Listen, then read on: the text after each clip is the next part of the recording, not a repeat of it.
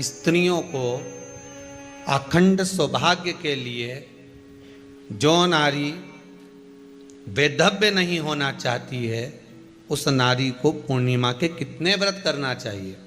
जिस नारी के यहाँ संतान नहीं हो, औलाद नहीं हो, उसको पूर्णिमा के कितने व्रत करना चाहिए।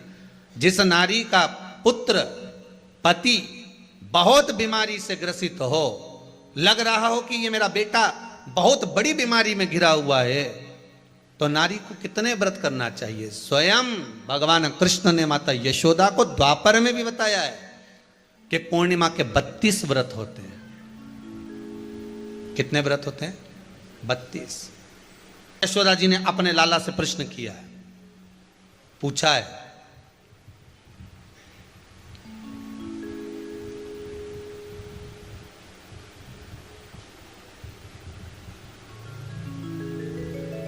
कि नारी वैधव्य होकर ना मरे।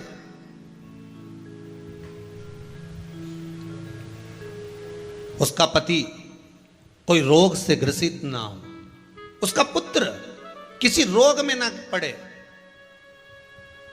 अरे भाई कितना सुंदर संवाद लिखा है। अगर किसी माता का पुत्र मान लो किसी नशे में डूबा हुआ है, कोई नशा कर रहा है और गलत नशा है, आपको लग रहा है कि ये नशे में डूबा हुआ है, आपको लग रहा है कि ये गलत जगह पर डूब गया है, आपको लग रहा है कि मदिरापान में, मांसाहार में या अधिक गांजा आदि का जो भी नशे होते हैं, जितने भी नशे, उसमें डूब चुका है। और माँ उसको समझा रही है, तू नशे में मत डूब, तू इस काम को मत कर, तू ये गलत कर्म मत कर।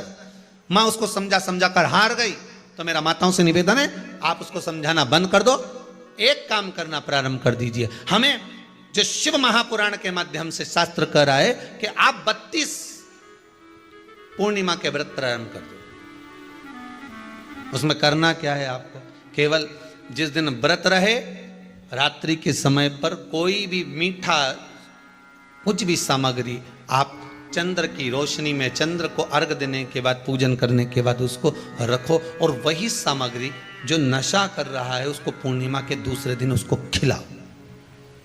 आप धीरे धीरे खिलाना चालू करेंगे, जिस नशे में वो डूबा हुआ उस नशे से वो छूटना प्रारंभ हो जाएगा। 2 पूर्णिमा व्रत करके तो देखो, तीसरे में तुम्हें जरूरत ही नहीं पड़ेगी। ये काया जो गिर रही है, काया जो नष्ट हो रही है, इसका कोई उपाय हो तो अवश्य बताइए। कोई उपाय?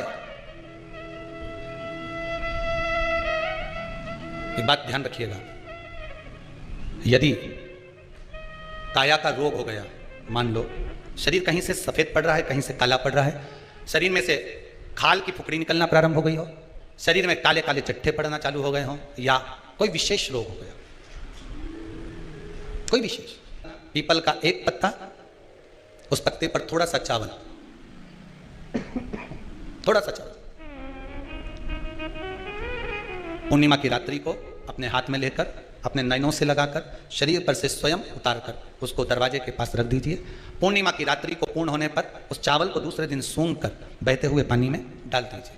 महाराज कितने भी रोग से ग्रसित हो गए, पीपल का एक पत्ता 52,000 ब्राह्मण की साक्षी कराता है। महाराज बहुत ध्यान देना, पीपल के वृक्ष में स्वयं नारायण का, मेरे कृष्ण का वास है। स्वयं भगवान गीता के अंतर्गत कहते हैं कि मैं पीपल का वृक्ष हूं, नारायण उसी में।